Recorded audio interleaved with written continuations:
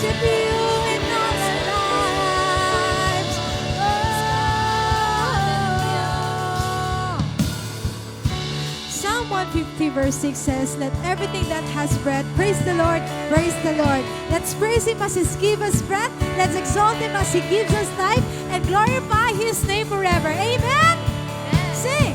I give you glory for all you brought me through. And now I'm ready for whatever you want to do. I'm moving forward to follow after you.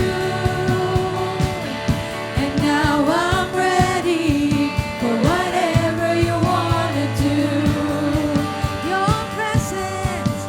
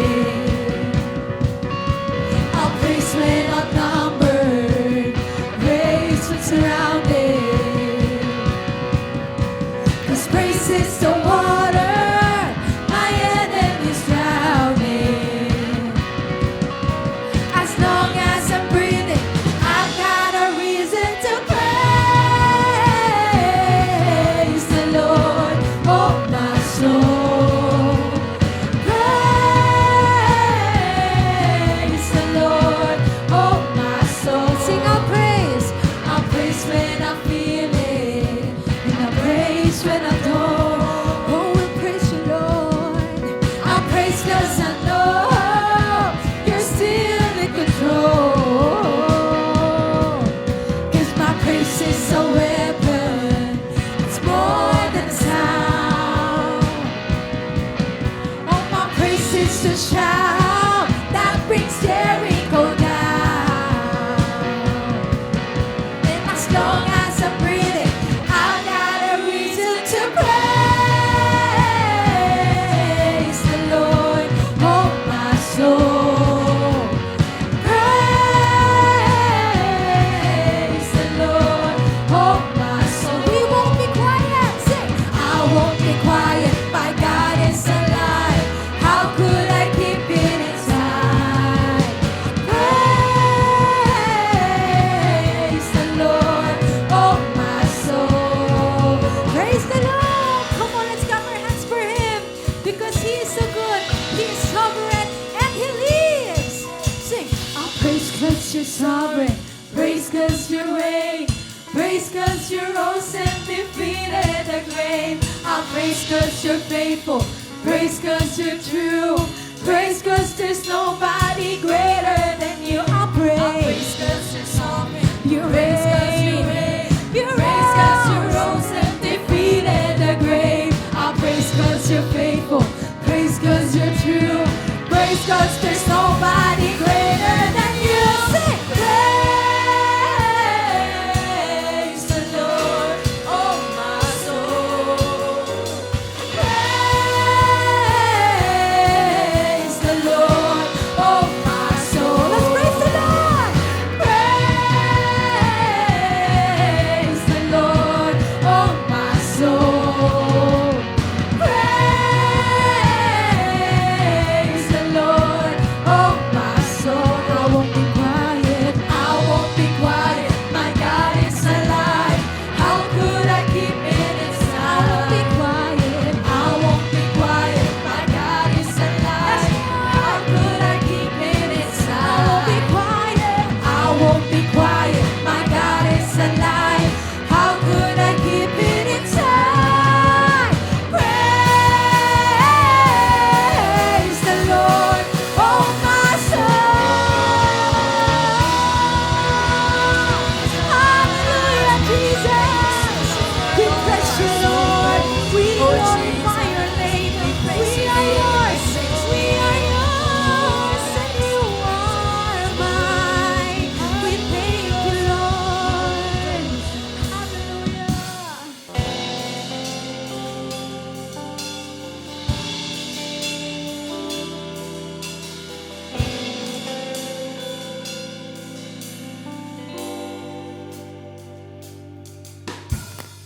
Panginoon, ika'y dakila, natatangit nag-iisa. Panginoon at kaibigan, ikaw ay tapat at napagkumbaba. Buhay mo ay iyong inalay, walang hanggan ay binigay. Panginoon ng kaligtasan, ikaw ang sandigan ng pusong sugatan. Jesus, ako ay iyong natagpuan. Pag-ibig mo'y di mapantayan. Ako ay sa'yo lamang, sa'yo lamang. Sa krus nahanap ang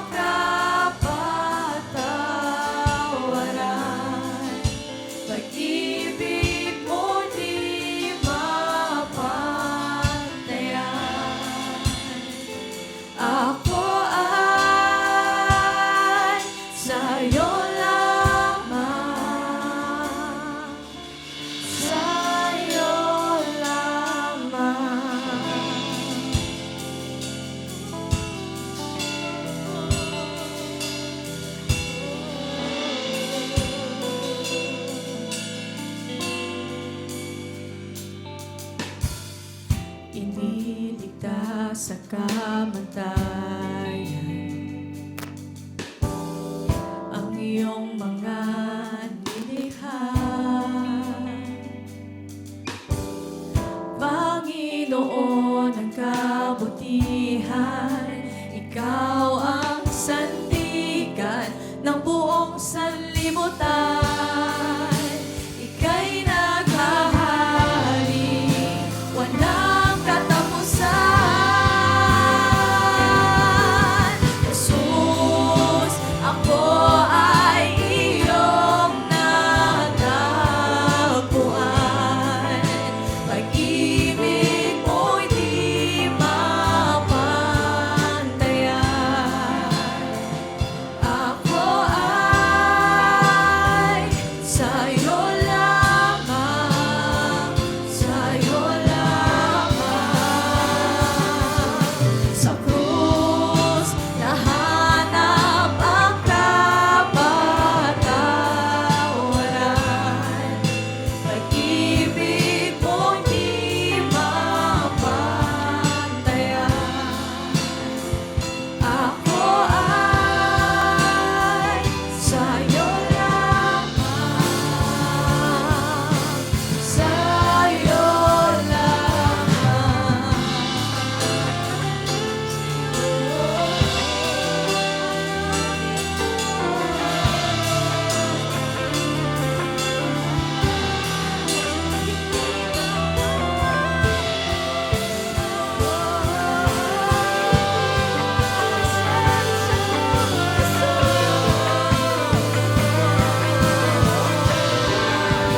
Di mawawalan sa pag-ibig mo, tanging ikaw ang kaligtasan ko.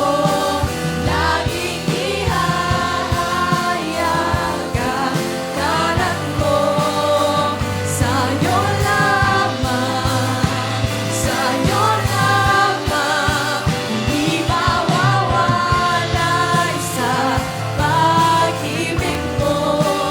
Laging ikaw ang kaligtasan ko. Laging ihahayag ang ngalan mo. Sa'yo lamang, sa'yo lamang, sa'yo lamang, sa'yo lamang. Jesus, ako ay iyong natagpuan. Pag-ibig mo di mapantayan. Ako ay sa'yo lamang, sa'yo lamang. Sa krus nahanap ang kapatawaran. Pag-ibig mo di mapantayan. Ako ay sa'yo lamang, sa'yo lamang, hindi mawawalay sa pag-ibig mo. Tanging ikaw ang kaligtasan ko. Laging ihahayag ang ngalan mo. Sa'yo lamang, sa'yo lamang, hindi mawawalay sa pag-ibig mo. Tanging ikaw ang kaligtasan ko. Laging ihahayag ang ngalan mo. Sa'yo lamang, sa'yo lamang, sa'yo lamang, sa'yo lamang. Natagpuan ang iyong pag-ibig na dakila. Doon sa krus ako iyong pinalaya. Jesus, ako'y aawit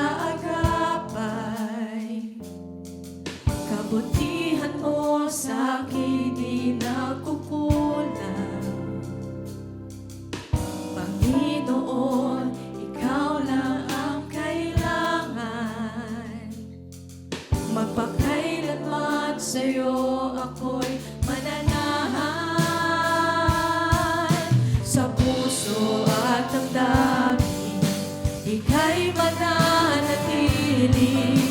Walang hanggan ang alay mong pag-ibig.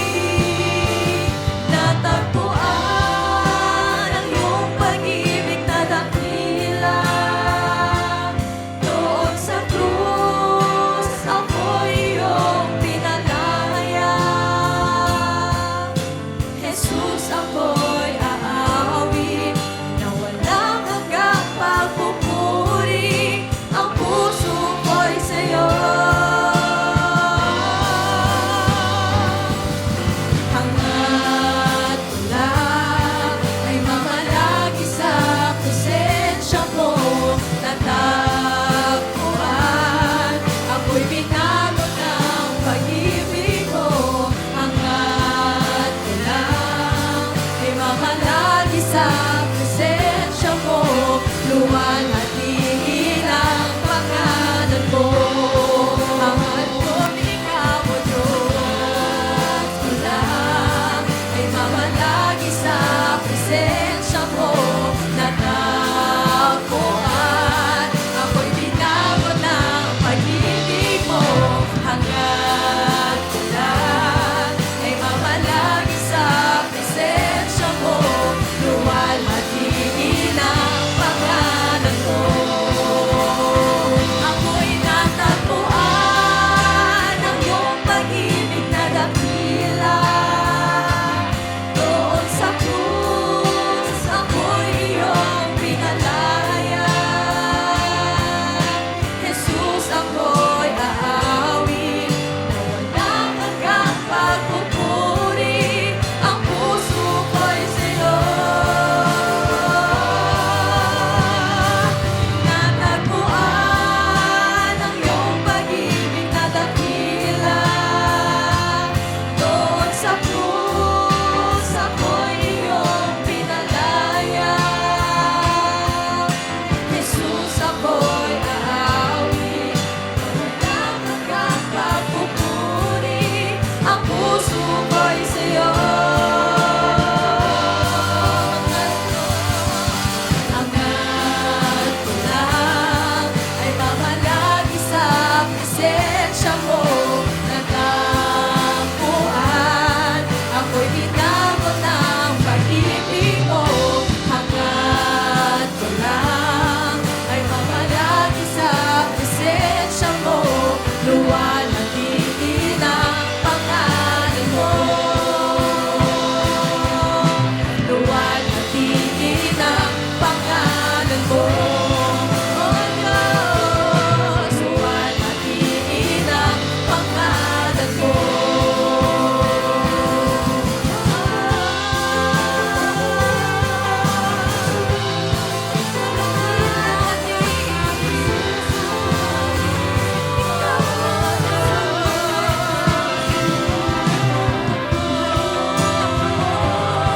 Sa'yo ang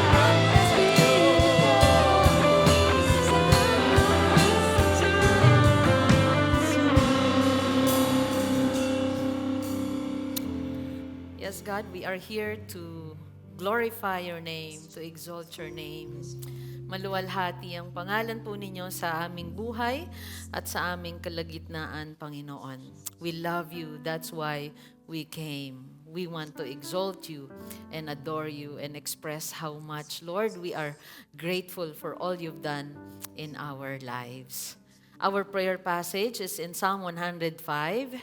It says here in ESV, "Oh, give thanks to the Lord, call upon His name, make known His deeds among the peoples, sing to Him, sing praises to Him, tell of all His wondrous works." Ang Psalm 105, it is a historical psalm. Nagsimula siya sa pagpupuri sa Panginoon, pero makikita po natin meron tong mga 40 plus verses.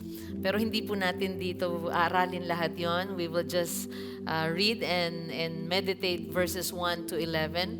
No, now we are called to worship, to exalt the name of the Lord, to give thanks. And napakarami po nating dahilan para magpasalamat sa Panginoon. Amen? kung tatanungin ko po kayo, ano yung top 3 or top 10 na dahilan ba't ka magpupuri sa Panginoon? I believe ang una is because, the Lord Jesus died for us. He saved us. He set us free from all sins. He healed us. He gave us peace and joy. He provides for us. Meron tayong loved ones and friends. Meron tayong church. Meron tayong brothers and sisters. We have the ability to praise Him. He opened the way so we can call on His name. Wow! Ang dami po. Sa nakaraan, tinulungan niya tayo, sa present, at napakarami niyang pangako sa future. We are called to give thanks to the Lord. To call upon His name alone. Sa panahon po nila David at ng mga nakaraan, ang dami po nila mga tinatawag na Diyos-Diyosan. Pero sabi niya, call upon His name. Ang tatawagin lang po natin ay ang Panginoong Diyos. Make known His deeds among the peoples. Let us exalt what He has done in our lives. And isang bagay na panawagan din po sa atin, sing. Kaya kanina sabi natin na tayo natagpuan. At ano yung mga joyful songs natin kanina, lahat po yun ay pagbibigay ng papuri sa Panginoon. Na sa ating pag-awit, na bibuild ang faith natin. Sa ating pag-awit, na itataas natin ang pangalan ng Panginoon. Sa ating pag-awit, nasasabi po natin kung ano po yung mabubuting ginawa niya at kung sino siya sa ating buhay. Yun po ang kagandahan when we sing. Nakakapag-pray na po tayo through singing. And you know what? Sa singing, may physical blessing pa po ito. Na-exercise ang lungs natin. Sino rito abot na abot niyo yung matataas na notes? Pero kahit di nyo maabot, tinry nyo pa. Na-stretch yung lungs ninyo. Alright? Yung diaphragm ninyo. Lahat na exercise yung voice natin, yung vocal cords natin na natutulog. Diba? Nagising lahat. At lahat po yun, nag-contribute pa ng magandang blood flow sa katawan po natin. Kaya alam nyo, ang mga nag-church, nakakadagdag po ng saya at sigla sa buhay. Amen. When we gather, alam niyo, pag sinunod ng tao ang utos ng Panginoon, talagang ang benefit po nito ay napagpapala pa po tayo. So let us give thanks to the Lord, call upon His name, sa Kanya tayo tumawag, sa Kanya natin dalhin ang ating mga panalangin, ipakilala natin siya sa lahat ng tao kung ano yung ginawa niya, awitan natin siya. At sa ating pag-aawit, sabi, tell of all His wondrous works. Sa mga awitin natin, kaya po I ask our praise and worship team, pagka umawit tayo, dapat yung mga awitin talagang upward, giving praise and giving glory to God. Hindi yung mga papuri natin, tinitignan natin yung mga kalungkutan ng puso natin. That is going down. Okay? We exalt His name. And then in verse 3-4, glory in His holy name. Let the hearts of those who seek the Lord rejoice. Seek the Lord and His strength. Seek His presence continually. There are people who glory in their wealth, who glory in their fame. But let us glory in His holy name. Ang pangalan ng Panginoon, ang ating purihin, magalak tayo sa Kanya. At siya po ang lagi nating hanapin. Magtiwala tayo sa Kanya. Ilang beses po inulit dyan yung salitang seek. Kapag inuulit, anong ibig sabihin? Mahalaga, kailangan nating tandaan. Seek the Lord, sabi dito. Rejoice. Seek the Lord and His strength. Seek His presence, kailan? Continually. Let us seek God. Hindi po, I'm gonna seek you, Lord, because, it's Tuesday and gipit ako ngayon. I'm gonna seek you. No, let us seek Him every day. Let us seek His righteousness, His will. Let us seek what the Lord, what brings glory to the Lord. And His presence, yung Kanyang pagsama, yung Kanyang kapangyarihan, yung Kanyang salita, at yung Kanyang kabanalan. Let us seek Him. Next verse 5, remember. Meron pong constant danger kapag nakakalimot ang mga tao sa Panginoon. May constant danger pag ang mamamayan ng Diyos nakakalimot sa Kanya. Nakalimot na po ba tayo? Di ba? Makalimutan mo lang yung payong mo. Di ba? Tatalon-talon ka parang tipaklong pag umuulan. Di ba? Ba't may patalon-talon? Nakalimutan nyo. Nakalimutan mo yung phone mo at yung wallet mo. Sinong nakaranas ng ganon? Naranasan ko po mag-drive hanggang Makati. Nung nasa malapit na po ako sa bayan, na-realize ko, or nakita ko sa bag, wala yung wallet ko. Wala akong license, wala akong money. Sabi ko, nagugutom ako at nauuhaw. Makadrop man lang sa 7-Eleven para makakain. Wala po. Wala akong lisensya. So, biglang yung taas ng takot at kaba ko, buti na lang, walang nangyari. Alam mo yung, dapat 40 o 60 ang takbo mo, naging 10. Naku, 10 na lang yung takbo ko, 20. Di mo ba? Grabe yung takot mo. Ganun po kapag nakalimot tayo sa Diyos. Dapat matakot tayo pag nakalimot tayo sa Diyos. Remember, lagi nating alalahanin, the wondrous works that He has done, His miracles, and the judgments He uttered. Huwag nating kalimutan, ang Panginoon, He is the same yesterday, today, and forever. He did miracles in the past, okay? Kaya niyang gumawa po ng himala hanggang ngayon. At na siya po ang ating tagahatol. Lagi nating tandaan, ang Panginoon ay humahatol. Ang Panginoon hindi niya tinotolerate po ang sin. Ang Panginoon ang siyang naglilinis, nagpapatawad, siya rin po ang nagbibigay ng favor at nagbibigay ng blessing sa mga tapat at sumusunod sa Kanya. Kaya kung kailangan po natin ng kapatawaran, we can come to Him. He is faithful and just to forgive us and cleanse us. And He is also willing to bless us because He is good and He is faithful. Verse 6, O offspring of Abraham, his servant, children of Jacob, his chosen ones, He is the Lord our God. His judgments are in all the earth. Tinatawagan dito ang offspring na Abraham sa covenant, na merong covenant ang Panginoon sa kanila. At tandaan din po natin, may covenant din po ang Lord sa lahat ng mga tumanggap kay Kristo. Sinabi po sa New Testament, if you believe in Christ, if you are in Christ, you are also offspring of Abraham. And kasama po tayo doon sa covenant na binigay ng Lord sa Kanya, sa kaligtasan, sa paglilinis at pagiging righteous kapag tayo ay na kay Christ. So God's promise was personal, generational, and eternal. At napakagandang malaman natin ang lahat ng bagay ito ngayong umaga upang ma-encourage po tayo na manalangin at lagi pong mag-intercede para sa iba. At purihin, huwag siyang kalimutan. Verse 8 to 11, He remembers His covenant forever, the word that He commanded for 1,000 generations. Si Lord hindi nakakalimot sa Kanyang pangako.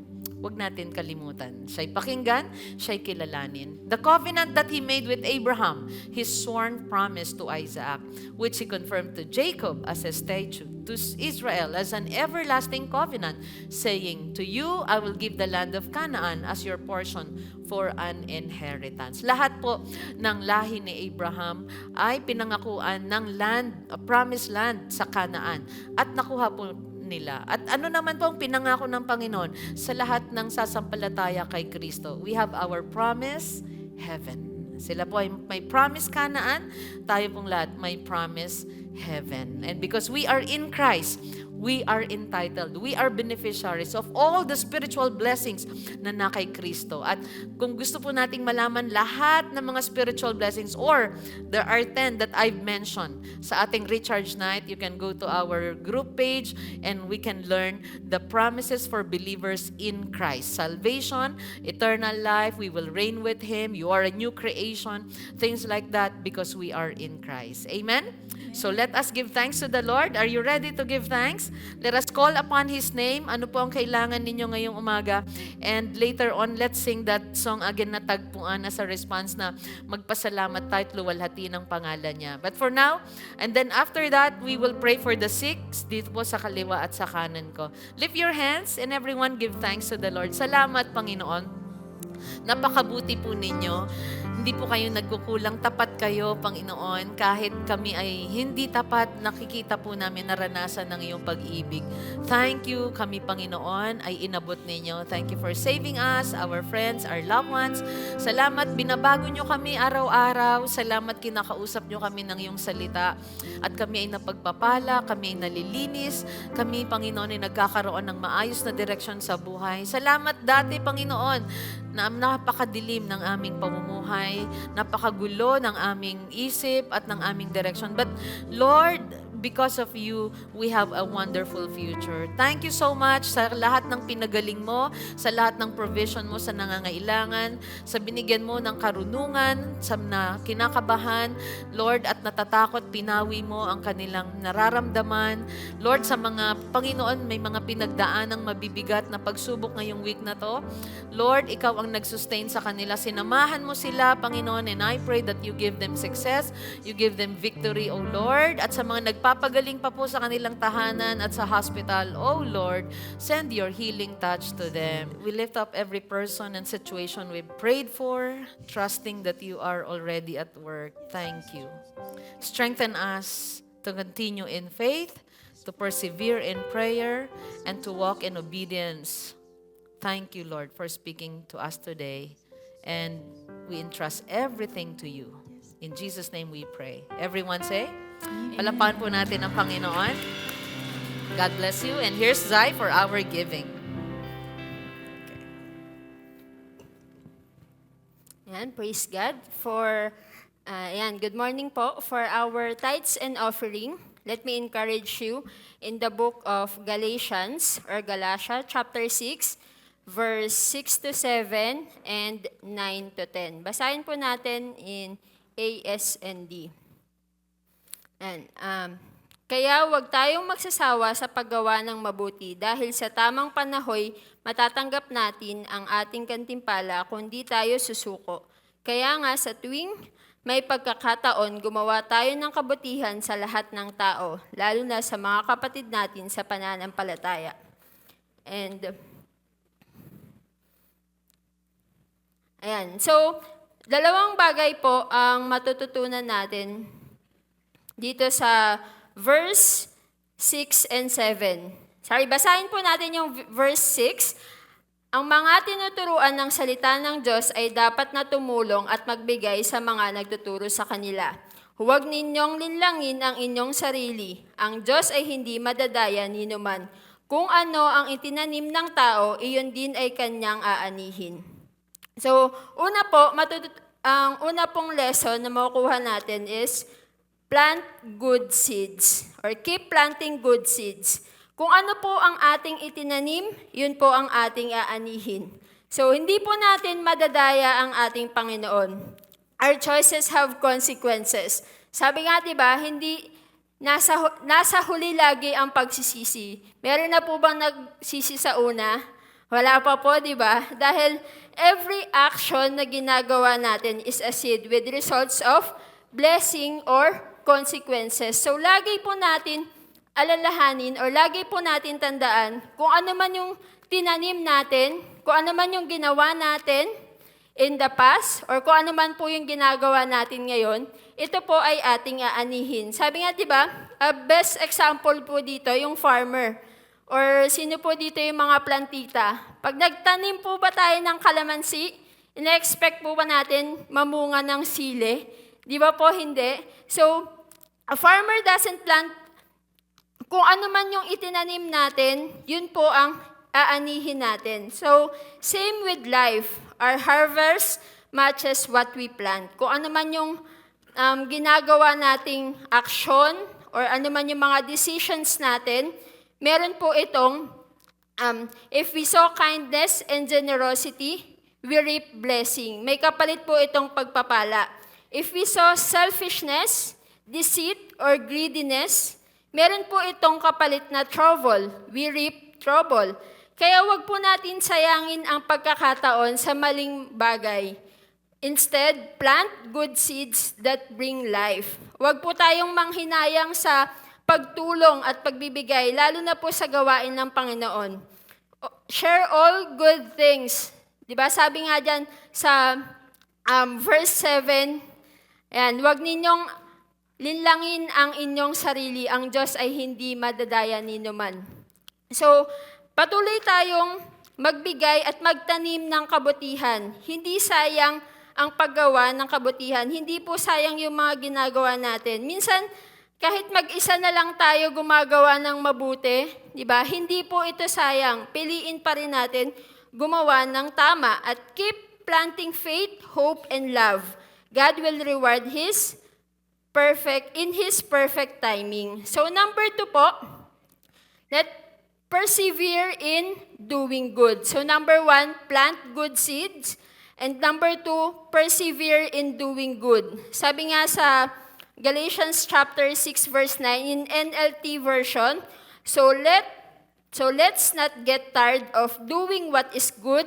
At just the right time, we will reap a harvest of blessing if we don't give up. So, ayan, in doing good po, it's not always easy. Hindi po madali ang paggawa ng tama. Di ba? Sometimes, we feel unnoticed, hindi tayo napapansin. Lagi naman sila yung, napopromote. Kung sino pa yung gumagawa ng shortcut, sila pa yung pinagpapala. Diba? Sometimes, nakakapagod. It even painful. But Paul reminds us, at the right time, we will reap a harvest if we do not give up. Meron po doon, if we do not give up. So, wag po tayong sumuko sa paggawa ng tama. Don't stop, don't surrender. Sabi nga din sa isa pong good example, di ba pag nagtanim po tayo, ngayong araw, kinabukasan may tubo na po ba kagad yun? May bunga na po ba kagad yun? Di ba wala pa po? It takes time. It takes months or years. Pero, yung mga farmer o yung mga nagtatanim, they keep watering. So, ganun din po yung gawin natin. Patuloy tayong gumawa ng tama at huwag tayong mapagod. Sa mga estudyante o nag-aaral, ayan, patuloy lang kayong mag-aral, huwag kayong mapagod mag-aral. Ayan, patuloy niyo lang gawin kung ano yung tama. At matatapos din yan. Kung ginawa nyo ng tama yan, I believe, pagpapalain kayo ng Panginoon, makakagraduate kayo, makukuha kayo ng magandang trabaho. So again, as long as we have the opportunity to do good to all, especially to those who belong to the family of believers, habang may oras pa po tayo, habang may lakas pa tayo, gamitin po natin ito sa pagtulong, sa pagmamahal at sa paggawa ng mabuti. So minsan, inisip natin maliit na bagay lang to or maliit na halaga lang to. But when we done with love, it carries great value. Malaki po ang impact nito. Di ba? Ang pagbibigay natin sa oras sa church, di ba? Nagiging malaking impact natin sa family natin, pagbibigay ng oras natin sa mga kids. Di ba, ang mga bagay na pagpasyal natin sa kanila, hindi na nito nakakalimutan. So, ang paggawa ng mabuti ay hindi sayang. So, wag po tayong magsawa sa pagtulong at pagmamahal. God sees, God remembers, and God rewards in His perfect time. Kaya manatili tayo hanggang wakas. Do good and don't give up. God sees everything and will reward faithfulness. Pinagpapala po ng Panginoon ang mga tapat. And sa ating pong pagbibigay, mas mahalaga po na magbigay tayo kahit man maliit man or malaki. Basta ito ay tapat, galing sa tapat. Diba? May pag-ibig at may kapayapaan. Kaysa man malaking man yan, pero may kaguluhan. Diba?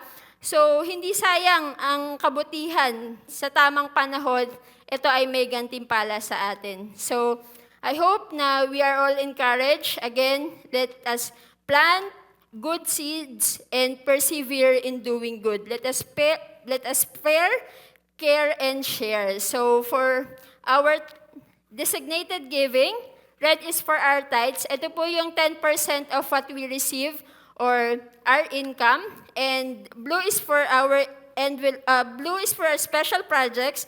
Dito po natin kinukuha yung improvement ng ating church. So ayan, makikita po natin na install na po yung curtain rods. Meron na po tayong curtains. Ayan na we look forward na mag-improve yung ating sounds every Sunday. And natapos na rin po itong site ng ating stock room. So next naman po ay itong sa left side ko. So ayan, patuloy po tayong maging tapat and yung pag-improve po ng ating church ay still ongoing. So white is for our benevolence and mission, and brown is for pagbabalik pondo sa ating sanktuaro. So thank you again po sa mga prayers and continued support nyo sa ating sanctuary. So lahat po tayo ay tumayo at manalangin. Lord, thank you for your reminder that everything we sow, we will reap, Lord. Strengthen us not to grow weary in doing good, even when it's hard, Lord. Help us to keep giving and serving and loving you, Lord, especially in our family of faith, Lord. We trust you in your perfect timing for the harvest, Lord. Bless the work of our hands, Lord, our jobs, our companies, and those who are still looking for a work, Lord. And those managing small or big businesses, Lord, pagpalain niyo, Lord. And sa mga students, Lord, bigyan niyo po sila ng strength, Lord, ng wisdom, and provide for their needs, Lord. Lord, hear our prayers. We give you praise and glory. In Jesus' name, amen and amen. We may now all give to the Lord. Thank you.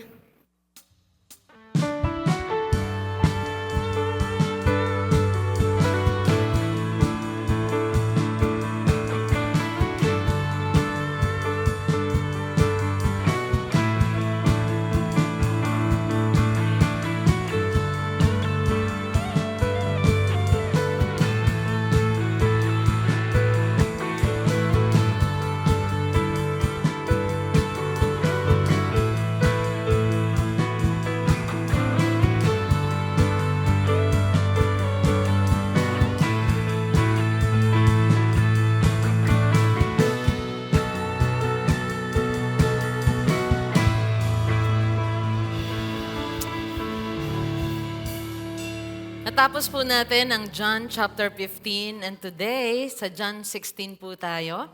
The title of our sermon, Not Abandoned but Empowered. Why Jesus had to live. Ito po yung pagpapatuloy ng kanyang pagpapaalam at pagsasabi ng mahalagang bagay bago po niya harapin ang betrayal, ang cross. No? So in this passage, we will learn the benefits of Jesus' departure. Though it was painful, it was a painful goodbye for the disciples, Jesus gave them a powerful gift. So puntahan po natin ang ating passage sa John chapter 16 verses 1 to 11. Sabi niya po dito, I have said all these things to keep you from falling away. Mamaya balikan po natin yung napag-aralan natin last week. Ano ba yung mga sinabi niya na sinasabi niya sa verse 1 ng chapter 16 na sinabi ko sa inyo mga bagay na ito para hindi manghina ang inyong pananampalataya. So, kailangan palakasin natin lagi ang ating faith, ang ating pagsunod sa Panginoon. Kaya sabi ni Jesus, I have said all these things to you to keep you from falling away. They will put you out of the synagogues. Indeed, the hour is coming when whoever kills you will think he is offering service to God. And they will do these things because they have not known the Father nor me. But I have said these things to you, that when their hour comes, you may remember that I told them to you. I did not say these things to you from the beginning because I was with you. But now I am going to him who sent me, and none of you asked me, where are you going? But because I have said these things to you, sorrow has filled your heart. Nevertheless, I tell you the truth that it is to your advantage that I go away. For if I do not go away, the helper will not come to you. But if I go, I will send him to you. Let's bow our heads and let's pray. Heavenly Father, we come before you with open hearts and minds. We are so grateful for the gift of your word. As we gather today to study John chapter 16, we ask for the guidance of the Holy Spirit, your promised helper and comforter. Lord, remind us that we are not abandoned, never alone. In our trials, in our confusion, even in our sorrow, you are always with us, empowering, strengthening, and speaking. Holy Spirit, be our teacher.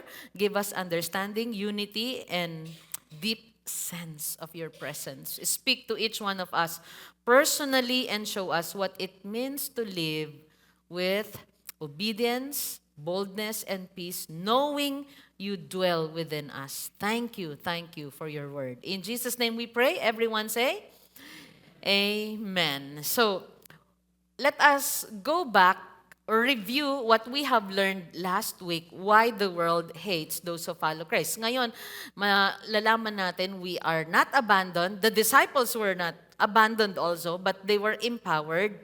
And it's the same truth for us. So last week, why the world hates those who follow Christ? Because you are not of the world system. Sinabi yun ng Panginoon na if the world hates you, know that they hated me first. And yung world dyan ay cosmos, means the system of the world. It is ruled by Satan. The world hates believers, Jesus, the Bible, gospel, the church. Pag sinabi nating the world dyan or yung cosmos, it's not the earth itself that we live in, but the system, the culture, okay, of this world, the values of this world. They are always against the scripture. We are loved by God, by the Lord Jesus, but hated by the world. At sino po ang nagro-rule against sa mundong ito? Satan. And it is Satan who energizes and motivates the persecutors because he controls the system. Nandyan ang sistema ng greed, di ba? Ng hatred, na ang tama ay gagawing mali at ang mali ay gagawing tama. That's the system of the world. That's why it is always against the scripture, the word of God. Number 2, because the world hated Jesus first. 'Di ba? Sabi niya, no one is above his master. Kung siya nga na holy, na righteous, he was hated for teaching the gospel, preaching the truth. How much more na yung mga susunod sa kanya, sabi niya, you will be hated also. And binigay to ni Lord na warning. Di ba ang ganda mabigyan ng warning? So from the time of the Lord's death, believers, ano na po nangyari sa mga believers? They suffered persecution. May mga na-arrest, may mga imprisoned. And there are believers, they were put to death. Example, si Peter, si James, mga disciples, and Andrew. Ano po ang nangyari sa kanila? They were crucified. Sila din po ang kinamatay po nila ay ipinako sa krus. Si Bartholomew, he was whipped and then crucified. Si James at saka si Zebedee, James, son of Zebedee. Okay? Walang disciple na Zebedee. Tatay yon. James, son of Zebedee, ano po nangyari sa kanya? He was also beheaded. Si Mark, ano nangyari kay Mark? He was dragged through the street until he was dead. Isipin mo yung hatakin ka sa kalsada hanggang sa ikaw ay mamatay because you are a follower of the Lord Jesus Christ. James, the half-brother of the Lord Jesus, was stoned by order of the Sanhedrin, parang kay Stephen. Si Philip, anong nangyari kay Philip? He was stoned to death. How about Matthew? How about Timothy? They all died martyrs for Christ. Si Paul, pinugutan po ng ulo. Yun po ang kanyang pagkamatay. Because the world hated Jesus first, sabi niya, you will also be hated. Na-fulfill po ba yung prophecy ni Jesus na you will be hated sa mga disciples? Yes. At itong prophecy po na ito ay patuloy na natutupad. Ikaw ba ay mahal na mahal ng system ng mundong ito pag nagsalita ka ng katotohanan? No, hindi ka kakampihan. Kung may kakampi sa'yo, because the Holy Spirit also is upon them. Yung mga tunay na nagsuko din ng buhay sa Panginoon. Pero laging against sa'yo ang mga taong ang gustong manatili ay sistema ng mundo, sa buhay nila, sa trabaho, sa kung saan man tayo pumunta. Are we learning? And another reason why the world hates those who follow Christ, because the world does not know God. The world will hate you because they do not know God. Pero lagi nating tatandaan, the world will hate us, persecute us.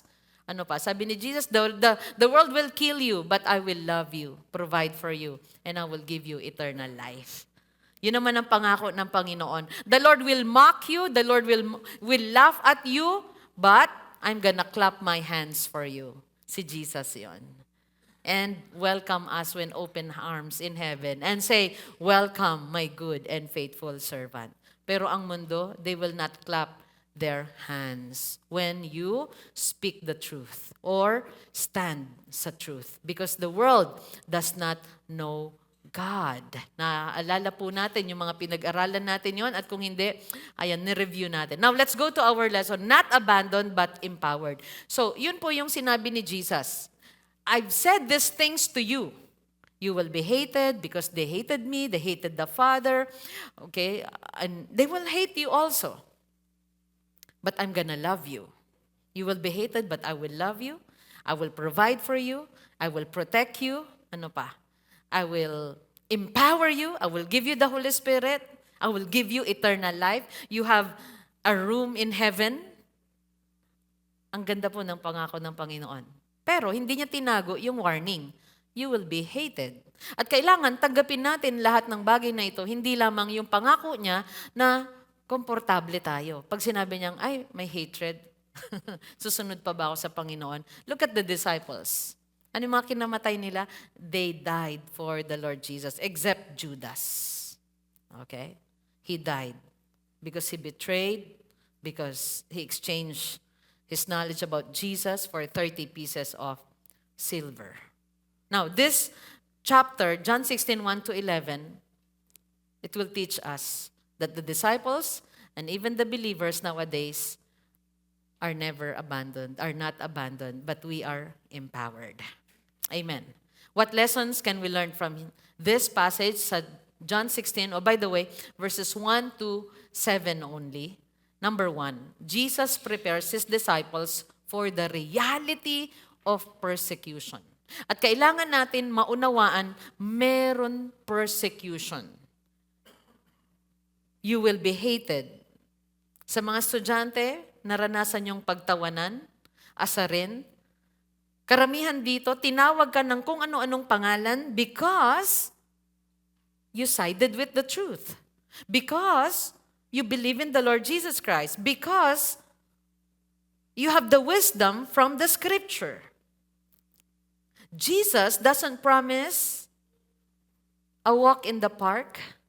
Ano sabi? Bed of roses. But prepares His disciples to endure hardship. Bakit niya sinabi ito? Para kapag dumating yung hardship, we will endure. Katulad ng sinabi ng mga magulang ninyo sa mga estudyante na, anak, pag nag-college ka na, mas mahirap na yung mga pag-aaralan ninyo or yung iba. Alam mo, pag grade school ka o nursery ka, 2 pa tayong gumagawa ng project mo. Sa college, ikaw na. Okay? Kaya handa ka doon sa haharapin mo. Ihahatid-hatid ka pa kita noon, ngayon pwede, hanggang dorm na lang, pero bihira na po. Sino pa rito hinahatid lagi sa school? Pero college ka na, hinahatid ka pa lagi. Meron pa ba? Wow. Wala na, di ba? Ay, meron? Okay. Siguro yung once a week lang, ihahatid ka sa tirahan mo. Pero yung everyday, hatid sundo ka pa ng nanay mo, ng tatay mo. Yung iba, wag mo kong iwan, dyan ka lang, nag-stay pa doon yung magulang. Wala na, di po ba? Alright? Wala nang ganon. Okay? At hinihanda ka. O kapag naglakad ka sa bayan, may mga masasamang loob dyan, ingatan mo yung bag mo, ingatan mo yung wallet mo. Di ba, hinahanda ka sa ganon. Kasi may mga times, ikaw na lang babiyahe mag-isa. Okay? Pero kung royalty ka, lagi kang ang merong kasama. Pero sinong royal blood dito? Di ba? Royal blue lang yung favorite nating color. So, Jesus told the disciples about the reality of earthly hatred. Last Sunday, after the service, marami pa akong sinabihan. Hey, sabi ko, you will be hated. Diba? But Jesus will always love you. Amen? You will be hated sa magiging stand mo sa buhay because your faith is anchored in Christ, because, your wisdom, galing sa Scripture, you will be hated. Okay? But Jesus will always love you. Remain in Him. Wednesday, recharge night, we have learned the spiritual blessings we have in Christ. Because we are in Him, because we believe in Him. Pero the world, its system, is ruled by Satan, kaya merong reality of persecution. We are loved by God, but we will be hated by the world. Siya ang nagko-control ng system na to. We are hated because we are not part of the system. Jesus experienced persecution. At anong gusto niya sa mga followers niya? Mapalakas na ngayon pa lang. Fortified. Jesus fortified His followers for persecution. Nakabasa na ba kayo yung fortified milk? Fortified milk means siniksikan nila ng maraming nutrients, ng maraming vitamins, para kapag ininom mo, lalo kapag 40 years old ka na, fortified ka na. Sino yung mga 40s na dito? Sige, palakpak natin. Yung palakpak nyo yan, alam ko, 40 na rin kayo eh. Kaya, you know, when you reach 40, you have to fortify. Kung ano-anong supplements na yung iniinom natin, di ba? Or mga iniisip natin, ito pampalakas ng tuhod, ito pampalakas ng memory ng brain, ito pampalakas ng kung ano-ano gusto natin na pampalakas. Because gusto mo, ready lagi yung katawan mo pag may bacteria, pag may virus, handa ka agad lumaban. Dapat ganun din yung faith natin. Amen? Na kapag nakikinig tayo ng Word of God, lagi kang handa kapag may spiritual war. Hindi ikaw yung unang bagsak. Di ba? Ikaw yung nananatili. Sabi nga ng Ephesians 6, nananatili kang nakatindig, nananatili kang nakatayo dahil handa ka sa laban. At inihanda ni Jesus ang mga disciples dito. Winarningan, pinaalalahanan. Jesus wants to keep us from falling away. Ano po yung falling away? To stumble. And makikita po natin dito sa mga susunod nating babasahing verses, persecution will come from the religious. Napansin niyo pa ba sa mundo? Yung mga religion nila, yung ginagamit din nila para ma-persecute sa mga Christians. At ang iniisip nila ay they are doing that service to God. And that's why they kill. And even nung panahon ni Jesus experienced being thrown out of the synagogue. At sinong nagpalaya sa kanya sa synagogue? Religious people. The persecutors will think they serve God. Iniisip nila na yung ginagawa nila ay act of service sa Diyos or sa Diyos-Diyosan nila. And ignorance of the Father and Son fuels opposition. Religion is the persecutor of truth because you know why? Satan is also religious. Satan works in false religion. Don't you know that? Kailangan din nating maunawaan na si Satanas ay kumikilos siya sa pamamagitan ng false religion na deceive ang tao, blinded, para hindi nila malaman ang katotohanan. Kaya nakita po ba natin ang false religion, anong tinuturo nito? Maliligtas ka through good works para may control sila sa tao. What the Bible tells us, you are saved through Jesus Christ by faith. And that is God's grace. Yan ay regalo ng Diyos. Hindi dahil sa gawa po natin. Kaya nga po sa Catholic may indulgence. Merong prayer for the dead. Meron yung kailangan, gawin mo ito, itong mga bagay na ito para mapasayo. Laging merong kapalit. Sa Panginoon, our participation is you have to believe in Jesus Christ. At kapag nakalaya ang tao sa ganon, walang control ang false religion. Now, let's read our passage, verse 1. Balikan po natin. Sabi niya, I have said all these things to you to keep you from falling away. Again, this is Jesus fortifying means pinatitibay niya, pinalalakas niya ang mga disciples. Imagine kung hindi nagsabi si Jesus na mangyayari sa mga susunod sa kanya. Imagine, hindi sinabi ni Lord, ang mapapersecute sila, you will be hated.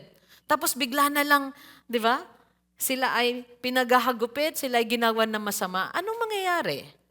Imagine po, isipin po ninyo, may mga bagay na nangyari sa buhay natin na kung hindi tayo winarningan, Hindi tayo binigyan ng babala in advance. Nalaglag tayo sa hukay, nalaglag tayo sa danger. Marami po tayong naiwasan na danger sa buhay natin kasi merong nag-warning sa atin. Merong nagsabi sa atin. Halimbawa, yung pupunta ka sa mall, yung may mga kumakalabit, pagka binigyan mo yun ng oras, ilang oras ang kukunin sa'yo? 2 hours? 3 hours? Diba? May nag-warning na sa'yo? Sa bayan? Lalo doon sa may mga walang ilaw, mga paliko. Diyan ako nadukutan, huwag ka nang dumaan doon, mag-ingat ka. Dahil hindi ka doon dumaan, hanggang ngayon, yung wallet mo nandyan pa rin sa'yo 15 years na. Naingatan. Di po ba? Kasi na-warningan ka. Okay? Falling away or stumble, sa Greek word ay skandalizo. To keep you from falling away. Para hindi ka daw ma-stumble. Para hindi ka daw mag-fall away. Para hindi ka ma-offend. Skandalizo means to be offended, caught off guard, in a trap, or to be shocked. Hindi ka ma-shock. Nagpaalala na si Jesus, you will be persecuted, you will be hated, but you are empowered. The Holy Spirit is with you. He will teach you, He will comfort you, He will be with you. You are never alone. Para kapag dumating ang persecution, mananatili tayong matatag. Hindi ka offended. Kaya pag may nag-mock sa'yo because of your faith, you are not offended. Kapag may nag-reject sa'yo nung sinabi mong, can I pray for you? I don't want your prayers. You are not offended. Dahil inisip mo, Jesus was hated, Jesus was rejected, and it is Jesus whom they are rejecting. Can I hear amen? You are not caught off guard in a trap or to be shocked. Hindi ka magugulat. Hindi ka masusurprise na bakit ganito yung mundo. No. Ikaw ay handa. Ganyan talaga. Kaya magpapatuloy ka. Mananalangin ka. Ipagpipray mo yung persecutor mo. Ipagpipray mo pa rin yung laging nangaasar sa'yo. Sipin mo, yun po yung sabi ni Lord, pray for them. Pray for them. Did you pray for those people na merong hatred sa'yo? Merong hatred sa mga believers? Did you pray for them? Or, sinabi mo na lang sana mawala na lang silang lahat? Did you pray for them? Ang sabi, pray for them.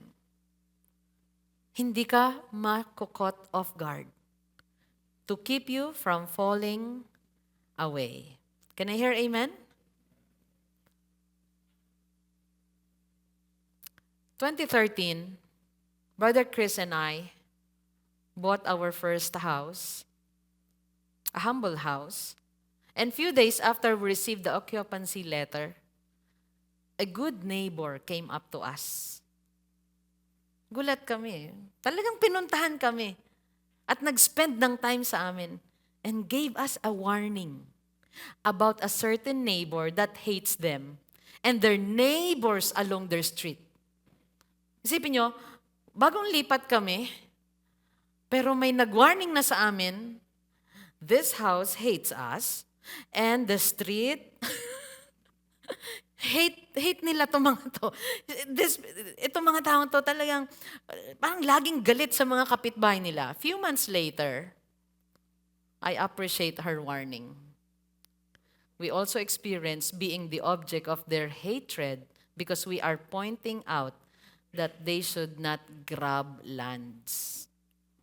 Stay within your limit. Ibig sabihin, wag maging land grabber. Hindi na sa'yo yung lupa, wag mong kainin. Nag-stand kami sa bagay na yon. So, naging object kami ng hatred. Hindi ba kung ikaw ay tama din, sabihin mo, ay sorry, akala ko amin pa eh.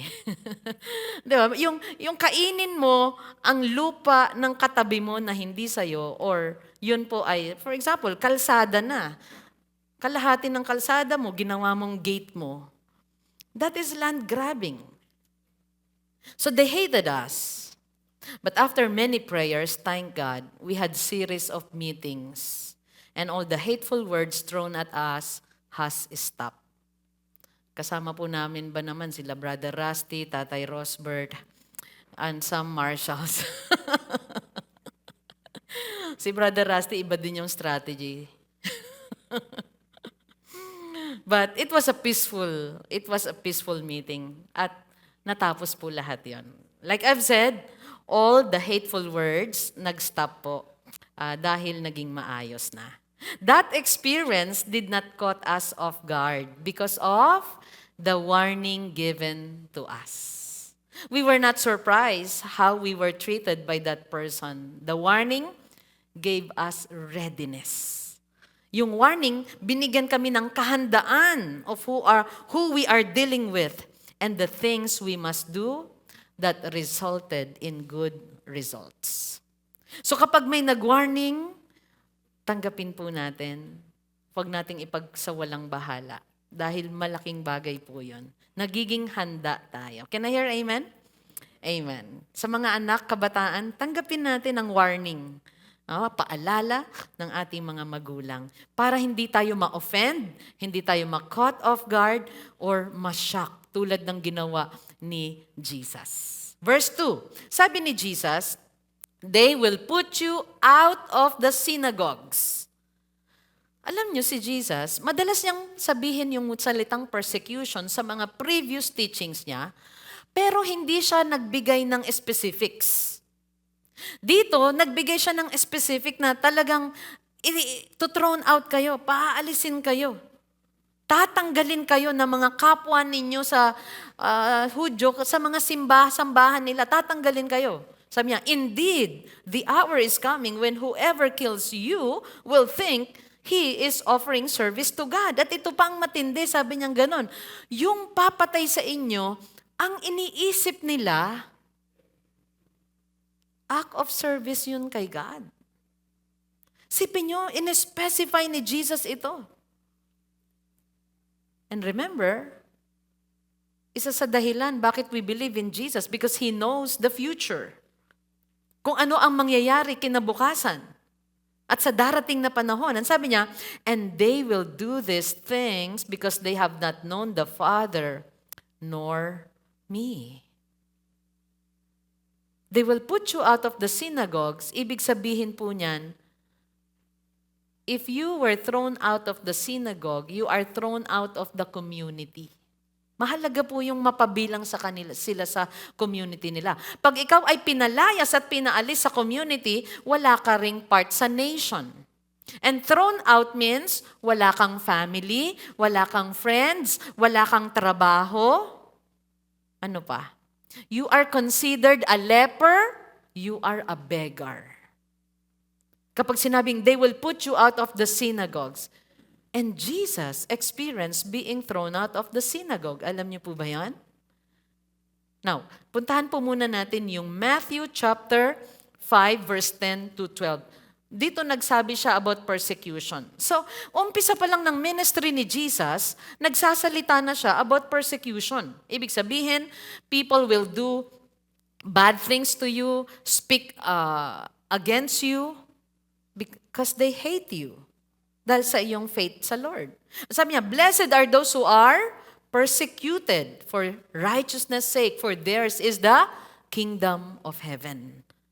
Blessed are you when others revile you and persecute you. Sasaktan ka, pagsasalitaan ka ng hindi maganda, or papatayin ka dahil sa pananampalataya mo, blessed ka daw. Sabi niya, you and utter all kinds, tingnan niyo, utter all kinds of evil against you falsely on my account.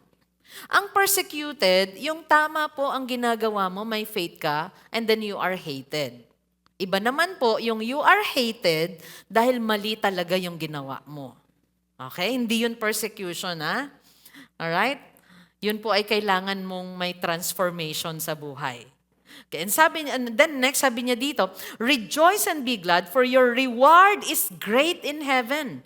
For so they persecuted the prophets who were before you. So ang persecution, sa Old Testament pa lang, marami na po. Yung mga prophets. Remember, mga hari pa ang nagpa-persecute sa kanila. Mga listeners nila. Mga binibigyan ng warning at ng word of God sila, pero yung tagapagdala ng mensahe ni Lord ay, anong ginagawa nila? Inilalagay nila sa malalim na balon. Sinong naka-experience yun? I think it was Isaiah, nakaranas ng mga persecution. Di ba? Mga ginutom sila, hindi sila pinakain. At gusto talaga silang patayin. Dahil dala-dala nila ang mensahe ng Panginoon. Pero sabi, blessed are you. And great is your reward. Kaya kapag tayo po ay pinagsalitaan ng hindi magaganda dahil sa ating pananampalataya sa Panginoon, lagi nating isipin, we have a reward and it is great. And we have eternal life in Christ Jesus. Can you hear amen? Palapan po natin ang Panginoon. Naranasan po ni Jesus ang ma-thrown out. Nagturo po siya about persecution. At ito pa po, balik tayo sa verse natin, verse 2. He is, the hour is coming when whoever kills you will think he is offering service to God. Now, let's talk about that. He is offering service to God. There are people who have killed Christians. They did it thinking they are offering a service to God. Sino po yung mga nang-persecute in the past? Ginawa nila ng masama ang mga taong sumasampalataya kay Kristo. Una, mga Jews. Even Jews. Jews persecuted the Christians. Sino pa? The Romans.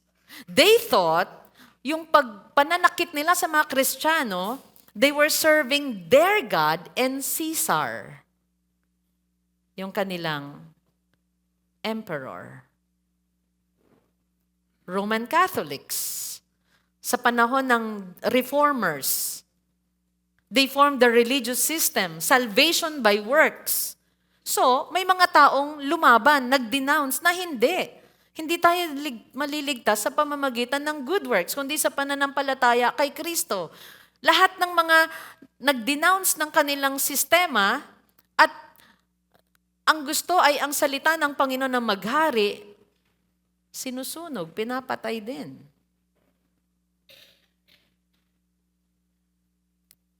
Now, nasa modern time po tayo. Sino po ang matinding persecutors ng Christians? Islam. They think they're doing service to their God. Service to God. Akala nila, they are doing that priestly religious service rendered at the altar in the temple of God. Pray for those who persecute us. Pray for them. Marami din pong nakakakilala sa Panginoong Jesus sa kanila. But there are those, ang iniisip nila, they are offering service to God. At sabi niya, and they will do these things because they have not known the Father. So kapag wala silang concept ng Father, ng Son, ng Holy Spirit, they will persecute. Sino pang nakaranas po? At nag-express ng religious rage niya sa Bible, si Saul. Bago po siya maging lingkod ng Panginoon, sino si Saul? Pumapatay po ng Kristiyano. Nasaan si Saul? Hindi po siya Islam, Judaism siya. Acts 26:9, I myself, sabi ni Saul, was convinced, or Paul, that I ought to do many things in opposing the name of Jesus of Nazareth. Siya daw mismo convinced na kailangan gawin niya ang lahat ng makakaya niya. To what? To oppose the name of Jesus of Nazareth. What else? Galatians 1:13. Sabi ni Paul, for you have heard of my former life in Judaism. Ito yung dati kong buhay sa Judaism. Nasa Judaism ako, sabi niya, pero pinersecute ko yung Church of God. How I persecuted the Church of God violently and tried to what? Destroy it. Pinangarap niyang masira talaga yung Church of God. Pero yan ay sabi niya, former life ko in Judaism. Alam niyo po ba, nung binabato, in-stone to death si Stephen, he was there. Nandoon si Saul. Approve niya lahat ng ginawa kay Stephen. Pero pagdating ng Acts chapter 9, anong nangyari?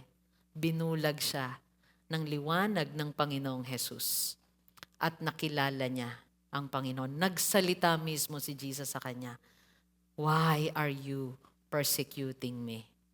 At nakakilala siya sa Panginoon. Are we learning? Kailangan ihanda natin ang ating sarili.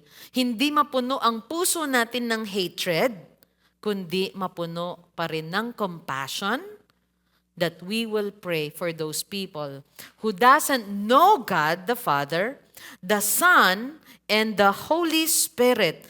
That's why they persecute others. Like Paul. Di ba? Pero anong nangyari sa kanya? He became a follower of Christ. Napugutan pa nga siya ng ulo para kay Kristo. And he is the author of most of the epistles in the Bible. Na-imprison siya, pero siya po yung taong he turned the prison cell into a printing press. Nagsulat siya ng word of encouragement sa prison cell niya sa mga believers. Kaya may mga tao dito, maaring dati pinagtatawanan ka, pero kasama mo nang nagpupuri sa Panginoon. May mga taong dati inaasar ka, pero nakita mo, maaring sa province, sa ibang city, sa ibang bansa, siya pala ay lingkod na ng Panginoon. So do not give up. Yung kamag-anak mo o yung pinsan mo na walang pagkakilala kay Kristo, no, lahat lang ng bagay tungkol sa Panginoon ay tinatawanan nila because they think it's cool, mas cool yung may bisyo at nasa kasalanan. Pero ginising ng Panginoon, napalo, tumawag sa Lord, at ngayon siya ay lingkod na ng Lord. So do not be surprised. Kaya sabi ni Peter sa 1 Peter 4:12, "Beloved, do not be surprised at the fiery trial when it comes upon you to test you." You know what? Persecutions could also test our faith. Hanggang saan ba tayo? Handa ba tayo? Sabi niya, as though something strange were happening to you. At iniisip mo pa daw na parang kakaiba tong nangyayari sa akin ito. Bakit ba nangyayari ito sa akin? Huwag ka daw mabibigla. Huwag ka daw masusurprise. So tell the person next to you, do not be surprised. Yes, do not be surprised. Do not be surprised. Amen? Do not be shocked. Alamin natin ang salita ng Panginoon. Iwas shock. Hindi ka na siya shock, hindi ka nabibigla, hindi ka inaatake ng sama ng loob or sakit sa dibdib. Kasi alam mo ang lahat ng mangyayari dahil may warning na ang Panginoon. Number 2, Jesus' departure is for our ultimate good. Are we learning? Did we learn something? Amen? Maybe this is something new sa iba sa inyo na sa dami ng preaching na pakinggan ko, ngayon lang ata ako nakarinig ng puro hatred naman ang ating lesson. You will be hated, yes. But Jesus will always love you. Sabihin nga natin yon sa katabi natin, you will be hated, but Jesus will always love you. Go. Amen. Wag lang nating sabing you will be hated. Tapos na. Nakaka-discourage po yon. Okay, you will be hated, you will be hated. Yes, that's true. But there's the other side of the coin. You are always loved, forever loved by the Lord Jesus Christ. He will provide for you, He will protect you, and He will give you eternal life. Amen. Number 2, Jesus' departure is for our ultimate good. Like I've said kanina, sorrowful po. Alam nyo, sorrowful itong chapter na to. Sad. Jesus talks about His love. May lungkot po itong pagpapaalam na ito. Meron ding mga pangako, may sigla. Pero biglang, may hatred. Maring nag-iisip-isip na sila Peter, no, sila Andrew. Parang wow, Ang taas-taas ng kanilang expectation. We are loved by the Lord. May room tayo sa heaven. The Holy Spirit is with us. 'Di ba? Binigyan tayo ng authority to preach, to cast out demons, to do wonders and miracles. Ang ganda ng pangako sa kanila. Pero, biglang, you will be hated. Because they hated me. Pero the Holy Spirit is with you. Though sorrowful, dito naman binigay pa rin yung pangako ng Holy Spirit. So kung iisipin po natin, yung mga painful trials natin at persecution, hindi yan ang buhay natin magpakailanman. Naranasan nyo na po ba, dumaan kayo sa matinding hirap, pero nakalimutan nyo na yung hirap at sakit dahil ang saya-saya ng pinalit ng Panginoon? Can I hear amen? Pag tinatanong po ako, gaano kahirap mga anak? Mahirap pero nakalimutan ko na yung pain nung nakita ko ang mukha ng anak ko. At yung ngiti niya ngayon, na meron na siyang 8 ngipin, ready. Ready ng mga sab ng karne. Ready ng kumain ng steak. Diba? Ang cute. Ang sarap. Titigan. Nakaka-relax. Ang pure ng smile. Wala po siyang fake na smile na binigay sa amin. Walang ganon. Talagang pag tumawa siya, ganon talaga. It's so pure. Nakalimutan ko na yung pain. At ganun po sa pangako ng Panginoon. Yes, may hatred, pero kapalit po nun lahat ng mga magagandang pangako niya. Kaya stand firm, remain in Christ. Amen? Nalala ko yung this week pumunta kami ng bagong silang sa lugar na bago nila Ira, firstborn ni Sis J at ni Brother Japs. Naligaw-ligaw kami. Talagang likaw-likaw ata talaga doon. 'Di ba sa bagong silang may phase 1, 2, 3, 4 hanggang 9 or 10 yata. And then there's package 1, 2, 3, 4 or ABC. Ganun ang mga address doon. Tapos may building 1, 2, 3, 4, 5, 6, 7, 8. And then we have to look for the floor and the room. Kaligaw-ligaw kami. Pero pagdating naman po doon, hinainan po kami ng nasa 17, 18 tray ng iba't ibang putahe ng pagkain. Sabi ko kay Ira, nawala lahat yung pagod at hirap maghanap. Kahit 10 beses pa kaming maligaw, okay lang, kapalit ng lahat ng ito. Yung kahit humakbang ako sa kaliwa kanan, nandun na yung pagkain. Nakalimutan ko na yung hirap at yung pagod sa traffic, pero dahil doon sa mga pagkain po na inihanda. Ganun po ang pangako ng Panginoon. Sa sobrang ganda at makapangyarihan, makakalimutan mo pa rin yung pain. Amen? Can I hear amen? At kung hindi pa natin nakalimutan, baka bitter talaga tayo. I-give up mo na yan kay Lord. Amen? Okay. Jesus' departure is for our ultimate good. What can we learn from this? Una, the disciples were filled with sorrow. That's the outline sa mga next verses natin. It is to your advantage, our advantage, sabi ni Jesus, that I go in verse 7. And in another lesson in verse 7, the helper, which is the Holy Spirit, ang tawag din sa kanya ay tagatulong. Sipin nyo, meron tayong tagatulong. Siya talaga yung lagi nating saklolo. Walang iba. Hindi po totoo siya yung ina na laging saklolo. No, the Holy Spirit ang lagi po nating helper. He will minister to the believers. So Jesus' physical absence makes way for spiritual presence, and it is unlimited. It is personal and powerful. The Holy Spirit. Sabi niya, if I do not go away, the Holy Spirit will not come to you. Let's go to our verse 5. But now I am going to him who sent me, and none of you asked me. Medyo nagsabi din ng lungkot si Jesus dito sa disciples at ng disappointment. The disciples are so focused on themselves, they are filled with sorrow. Kasi sabi niya, but because I have said these things to you, sorrow has filled your heart. Pero sabi ni Jesus, no one asked. Wala man lang nagtatanong sa akin, sa inyo sa akin na, Jesus, anong mangyayari pag nandoon ka na? Jesus, ay good job, natapos mo na, matatapos mo na yung mission mo dito sa mundo. You will go back to the Father. You will be united to Him. No one asked what it means for Jesus to go back to the Father. Walang nagsabing, Lord, you've done the greatest thing on earth. Go. Sige, punta ka na doon. We seek your glory. Receive what belongs to you. No one dared to ask, no one cared for Jesus daw. Sabi niya dito, but now I am going to Him who sent me and none of you asked me. That's what happened when grief overwhelms us. Nagiging self-centered tayo. No one asked about His death.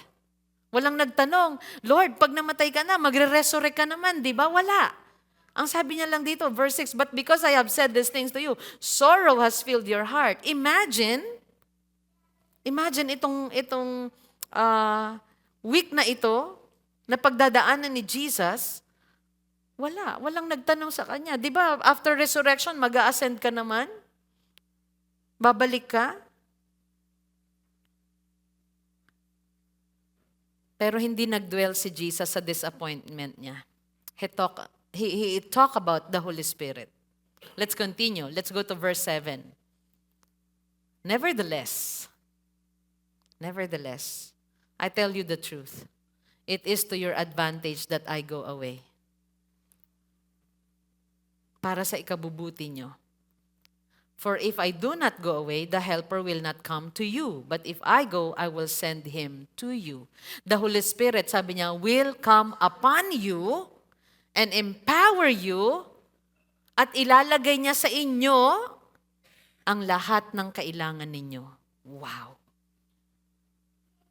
The Holy Spirit will empower us, enable us to reach others, enable us to reach even the world. Praise God. Binigay na sa atin ng lahat ng Panginoon na kailangan po natin. Spiritual blessings, the Holy Spirit, so we can live a victorious life. Hindi po tayo kulang. Hindi po tayo kulang ng armor. Hindi tayo kulang ng blessing para magtagumpay sa buhay sa mundong ito kahit na merong persecution na parang wala lang naman yung mga yon kung titignan natin lahat ng reward ng Panginoon sa atin. Can I hear amen? Acts 2:33, being therefore exalted at the right hand of God and having received from the Father the promise of the Holy Spirit, He has poured out this that you yourselves are seeing and hearing. Sa Acts chapter 2, dumating ang Holy Spirit on the day of Pentecost at sabi niya, the promise of the Holy Spirit, He has poured out. Kaya nakita nila, naranasan nila, meron silang power from the Holy Spirit. You know that you have the power from the Holy Spirit? You know that you are never alone? We are not abandoned, but we are empowered. Gamitin natin ang kalakasan at kapangyarihan na pinagkaloob sa atin ng Panginoon through the Holy Spirit. And to some of you, bakit napakarami niyong pagsubok pero nariyan pa rin kayo? Because of the Holy Spirit. Because you are not abandoned. You are empowered. All we need is ask and seek His presence. John 15:26. But when the Helper comes, whom I will send to you from the Father, the Spirit of truth, who proceeds from the Father, He will bear witness about me.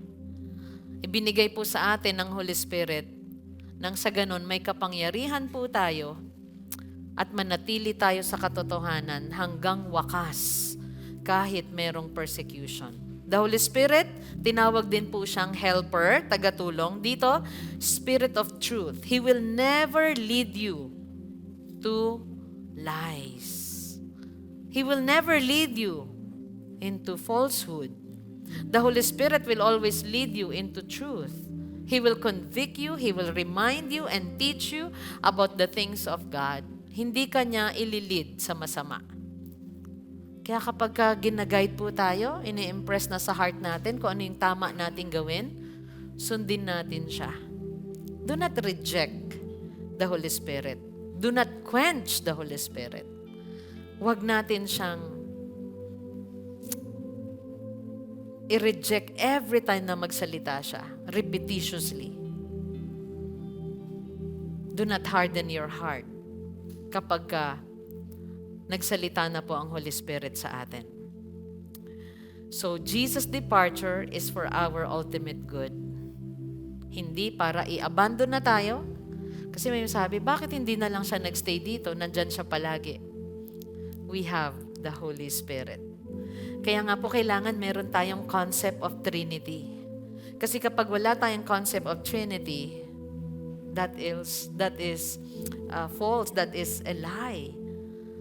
We have to believe that we have the Father, the Son, the Lord Jesus Christ, the only mediator between God and man, and the Holy Spirit na regalo sa atin upang laging manguna sa lahat ng bagay sa buhay po natin. Kanina sa workers, we talk about living in sinful nature and sa spirit of truth. Kapag sinful nature ang sinusunod mo, lahat ng kasalanan, mamamagnet mo. But if you live according to the way of the Holy Spirit, there is love, there is joy, peace, kindness, gentleness, long-suffering. Kahit merong hirap sa pagsunod sa Panginoon, makakayanan mo. Can I hear amen? Amen. When have you gone through something hard, but saw God use it to grow or strengthen you? Nakaranas ka na ba? Napakahirap na sitwasyon, pero ginamit ni Lord yung sitwasyon na yon para lumakas ka, tumibay ka, lalo kang kumapit sa Kanya. Please, ikwento mo yan sa mga taong nangangailangan din ng encouragement. And how did you know He was with you?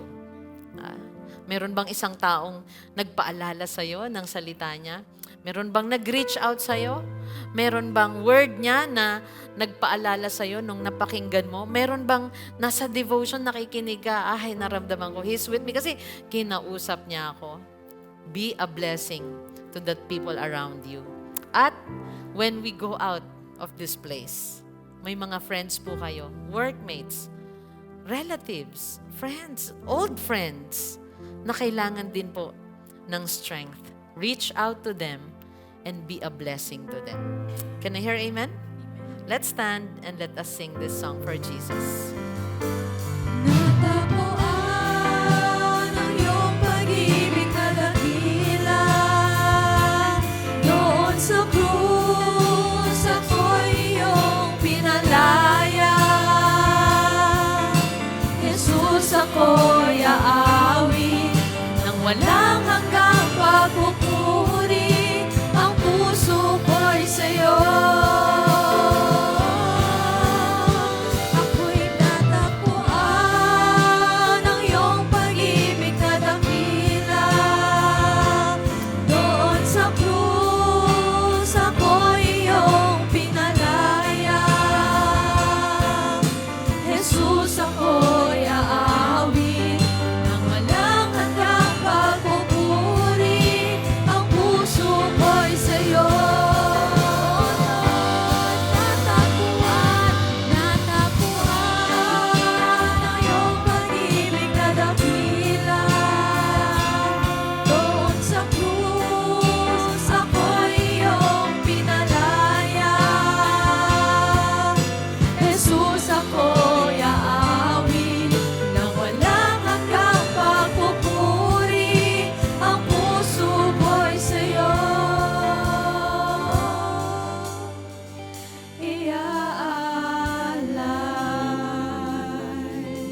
Let's have a moment with God through prayer. Let's lift up our hands to the Lord. Lord, yan po ang panalangin namin. Sa iyo lang namin iniaalay ang aming puso at ang aming buhay kahit na may mga pagdaanan pa po na paghihirap dahil sa aming pagsunod sa inyo. Kapalit naman na ito, Panginoon, ang napakalaking biyaya mo. Lord, kung nanghina ang aming pananampalataya, salamat sa pagpapalakas po ngayon. Patawarin mo kami kung may mga pagkakataong nabulag kami, Lord, ng mga bagay-bagay sa mundong ito. Lord, pilit kaming ibinaba, ibinagsak, at naniwala kami. Father, forgive us. Lord, iangat mo kami. Iangat mo ang aming faith. Lord, help us fix our eyes on you.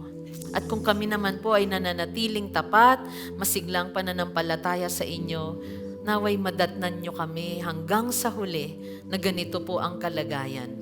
Thank you sa salita mo. Thank you for reminding us that we are not orphans, we are not abandoned, that though you have ascended on high, we have the Holy Spirit to dwell within us, to guide us, and empower us. Empower us, Lord, to share the truth, to speak the truth in love, at tayuan namin lagi ang katotohanan. May everything we have learned today take deep root in our hearts. Maging good stewards kami ng lahat ng karunungan at ng salita mo na narinig namin. Let your words transform our thinking.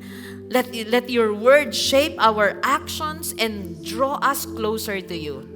Lord, continue to teach us to trust the leading of the Holy Spirit, especially when we go through difficult times. Lord, thank you for everything you've done.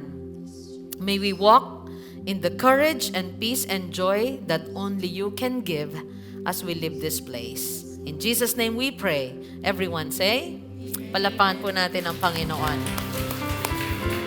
The Lord bless you. Be a blessing sa inyong small group. Okay, bago po kayo mag-snack or kumain ng kikiam doon, spend time with our brothers and sisters. Okay, through sharing. Bless you all.